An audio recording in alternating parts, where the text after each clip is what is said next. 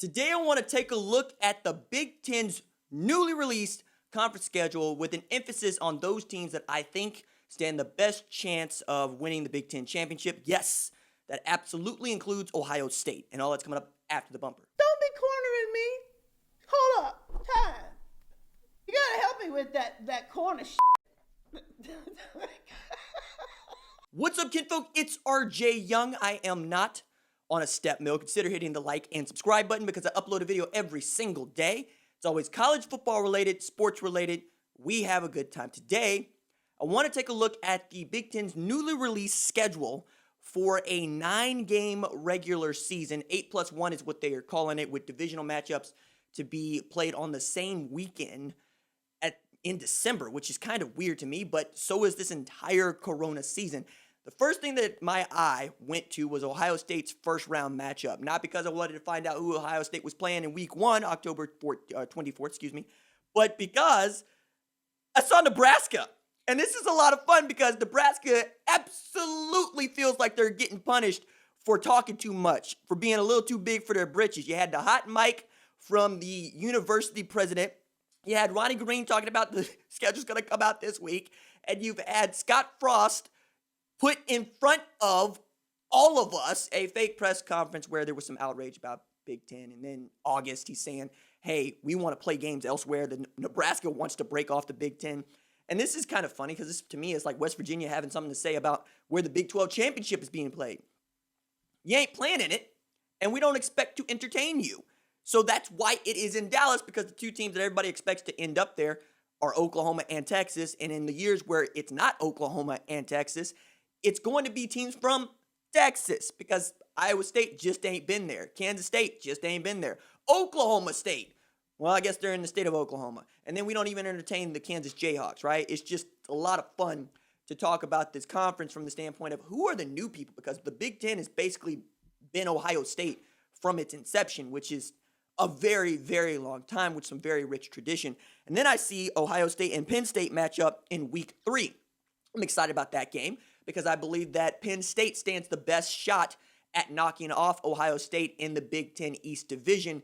Still don't think that Ohio State gets knocked off, but one of the things that I thought was interesting about Ohio State's schedule is that it is periodized, right? It is, we're going to come out, we're going to play nobody, but nobody with a name in Nebraska.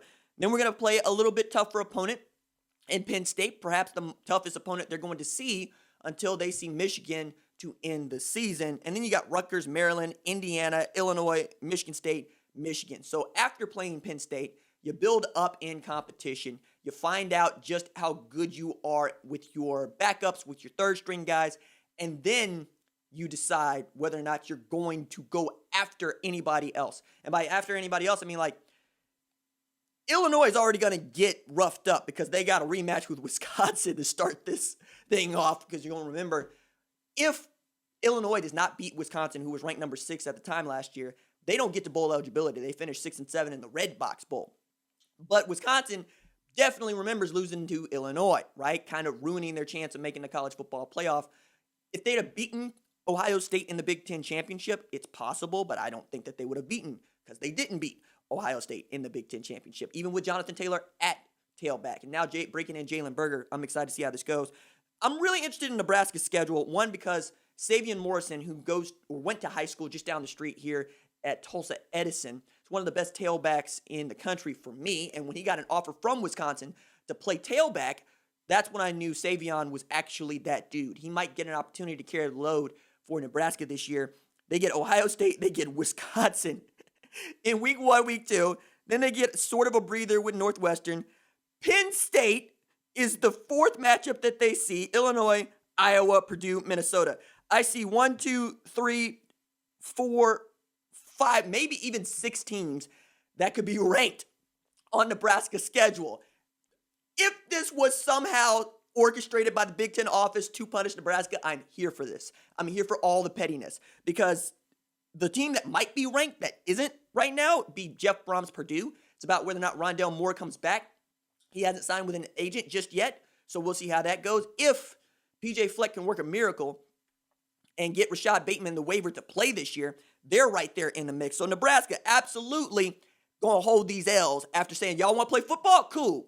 Let's put y'all in the worst schedule, like a schedule up there with Arkansas and how seriously tough it's going to be. Minnesota's got what I thought was the most balanced schedule. They start with Michigan, which ought to be a great week 1 game.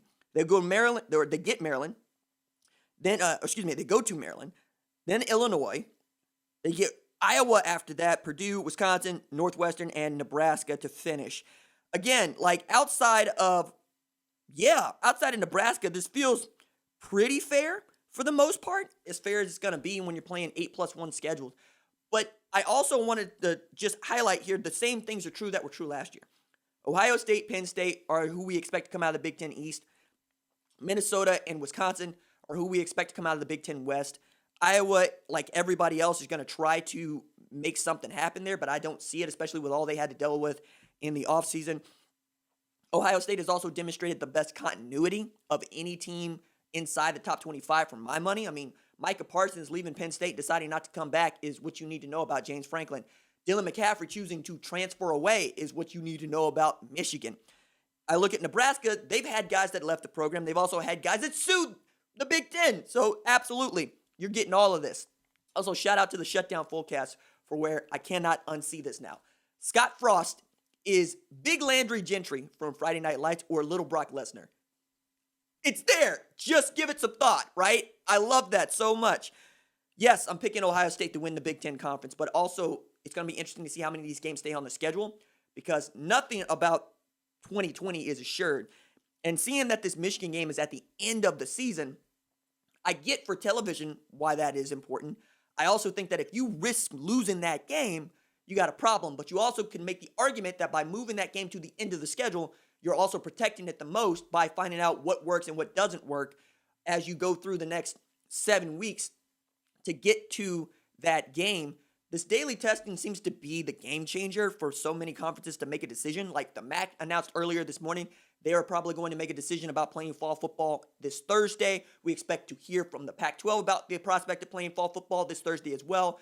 I would add here that college football Saturday is also Halloween in October, right? So that October 31 game could be a big kickoff game where we might see Mike Myers and have a good time. Do I make you Randy? Or we could see Michael Myers, full-on hockey mask with the machete out, destroying the season. Either way, I'm going to be here. We're going to talk about it. Hope to be in here in just a little bit to recap the afternoon games. I got to say, Oklahoma State, if they're going to give you a light box, by all means, run Chuba Hubbard and L.D. Brown at it all day. Because if you're going to put 6 on the box when I got Chuba Hubbard in the backfield, I don't see a reason to throw the football at all. All right, that's it for me. Deuces.